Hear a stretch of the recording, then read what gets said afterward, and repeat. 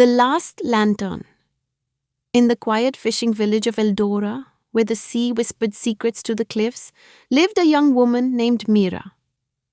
Every evening at dusk, she would light a small lantern on the old wooden pier and wait. Not for a ship, but for him, Elias.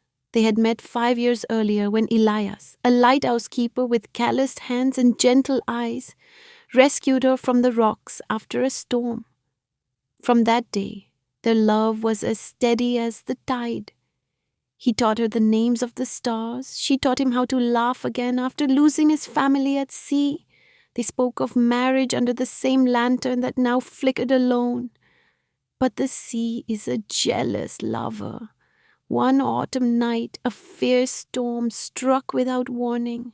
Elias had gone out in his small boat to check the fishing nets of the elderly villagers who could no longer do it themselves.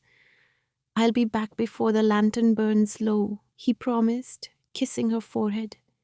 He never returned. Mira waited on the pier through the howling wind and rain until her clothes were soaked and her voice raw from calling his name. The villagers found his boat the next morning, shattered against the rocks. No body, only his worn wool cap caught in the debris. For months, Mira refused to believe it. She kept lighting the lantern every single night, even when the wind tried to snuff it out. She spoke to the empty pier as if he could still hear her. "I saved the best shells for you today," she would whisper, "the ones that look like tiny hearts." Winter came, then spring. Her friends begged her to move on, to leave the village that only reminded her of ghosts. But Mira stayed. She took over the lighthouse duties herself, polishing the great lens until it shone like a second sun, keeping the light burning for lost sailors, the way Elias once did. Years passed. On the 5th anniversary of that terrible night, Mira climbed the lighthouse steps one final time. Her hands trembled as she lit the great lamp. From her coat pocket, she pulled out the last letter she had written to Elias, but never sent. It was simple, written in fading ink. "My love, if the sea took you, then let it know it stole the best part of me too.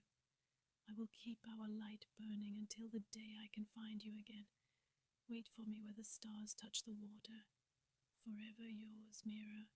She folded the letter into a small glass bottle, kissed it, and threw it into the dark waves below. That night, for the first time in 5 years, Mira did not light the small lantern on the pier. Instead, she sat there in the darkness, wrapped in Elias's old coat, and let the tears she had held back for so long finally fall. As the sun rose the next morning, the villagers found her still sitting there, peaceful, eyes closed, a soft smile on her lips. Her heart had simply stopped, they said, but those who looked closely noticed something impossible.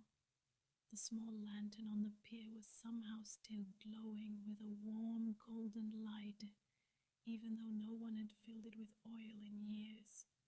Some say that on quiet nights, if you walk the pier of Eldora, you can still see 2 lanterns burning side by side, one on the pier and one far out at sea, answering each other across the waves.